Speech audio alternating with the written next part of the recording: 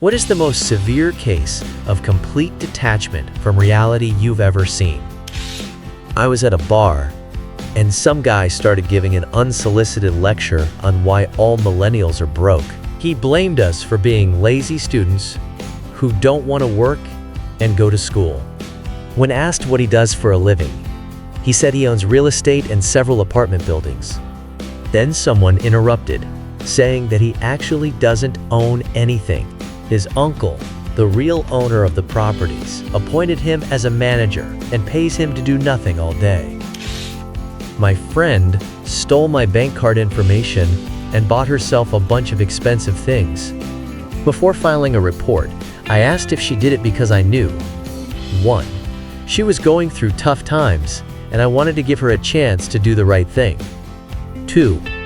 I could be suspected of colluding with her, since it might look like I ordered all these items to her house to claim theft and get compensation.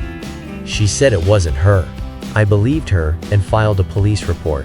When she was arrested, she said she didn't think identity theft cases go that far. She thought you just call the bank, and they refund your money without any investigation. I have an aunt who has never worked a day in her life because her husband started his own business when he was young. They live in a big mansion. Once, when I was staying with them, we talked about fitness, and she said to me, "Oh yeah, we sent Pamela to a specialized fitness center. It only costs $200 a week. You should try it too." The fact that to her, only $200 was a trivial amount really killed me. I was earning $9.95 an hour back then. She's a good person, but completely out of touch with reality. In college, I had a roommate who grew up in the most privileged area of Long Island. We met an exchange student from Switzerland, and I swear my roommate said this with a completely serious tone. "Wow, I didn't know people actually live in Switzerland. I thought it was just banks." The regional manager of Starbucks canceled bonus pay, which could be up to 5%, replacing it with a fixed 2% raise.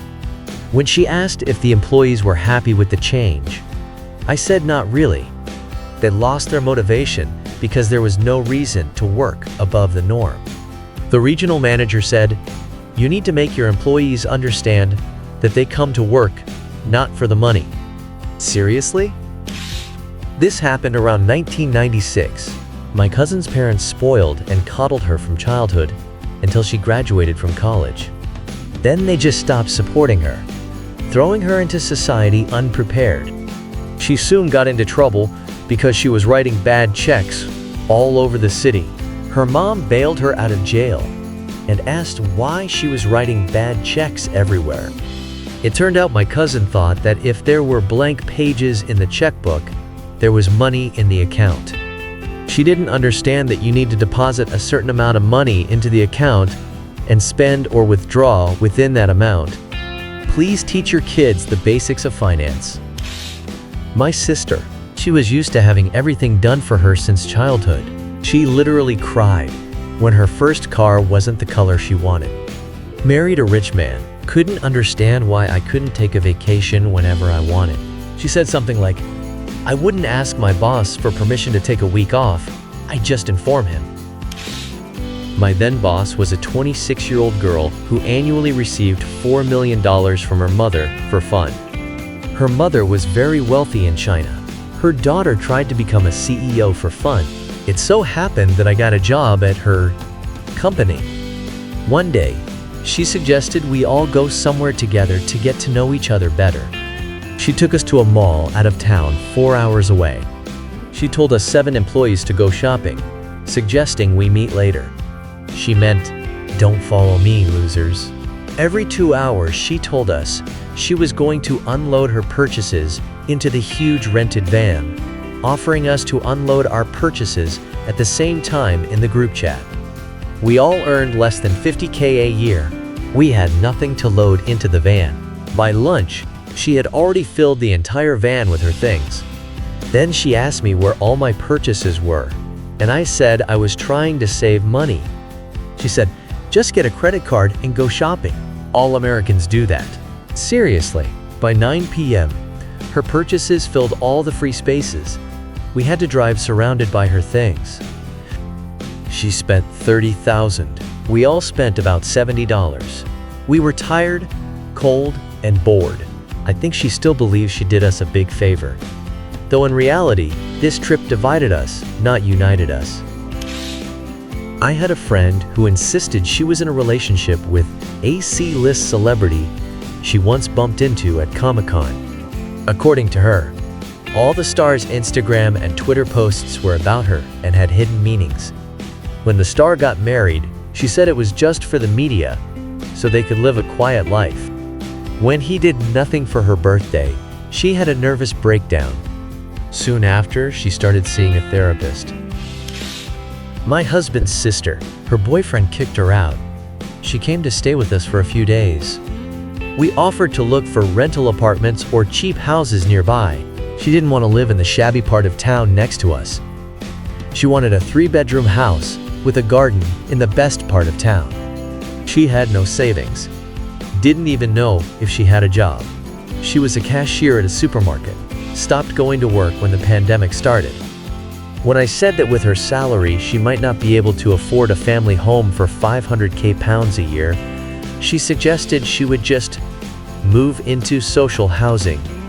Ignoring the fact that moving into social housing requires waiting in a long queue and that most social houses are in the city's crime-ridden areas. My parents' neighbor decided her garden was too small for her sons to play in. When she first met my parents, she immediately said, "Could you give me part of your garden so my sons have more space to play?" Fortunately, my parents just said no. For context, they live in a very expensive area where houses cost an average of £750,000 to £1 million sterling. My stepbrother, he joined a weird Gnostic religious group and decided he had to recruit people at work by talking to them in a Socratic manner.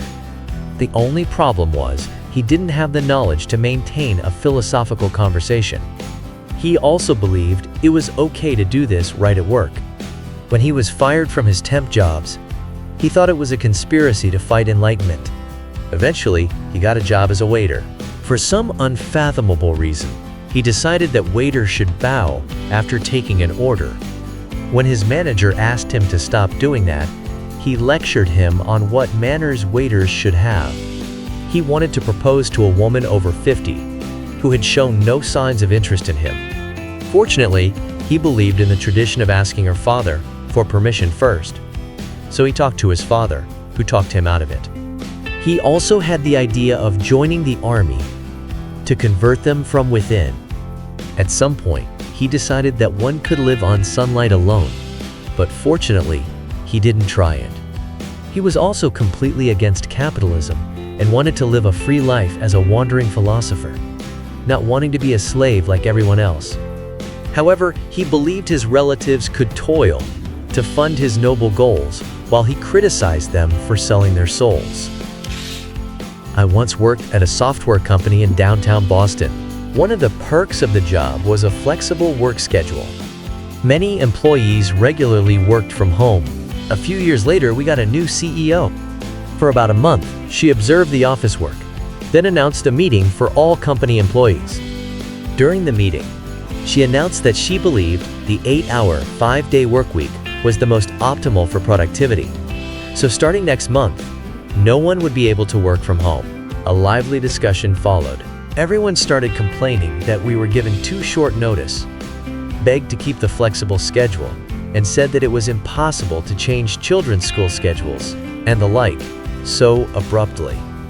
The CEO listened to all these arguments and finally gave a long speech about how she understood that everyone would have to sacrifice a lot for the sake of the company's improvement, that everyone contributed their share of work, blah blah blah blah. She ended her speech like this: "I perfectly understand what exactly worries you. Many years ago, when my children were little, my husband and I had to hire 3 nannies to stay with the children all the time we were at work.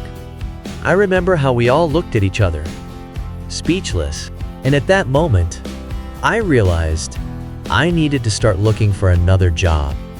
When a CEO with a $1 million income thinks that hiring 3 nannies is a good example for her middle-class employees, it's perfectly clear she won't change her mind. For many years, I worked in a shift with a guy who thought everyone was out to get him. I've never seen a person with such a distorted sense of reality. Often, it would be like this. He would exchange jokes with someone, then go home for the weekend, remember some detail of the conversation, misinterpret it, and come back to work on Monday, furious at the person who said those words. I've personally seen him attack 2 people because of this. I studied at a private international school in London, but most of the students were children of well-off people. But among them were those whose parents were obscenely rich, working, for example, in the oil industry.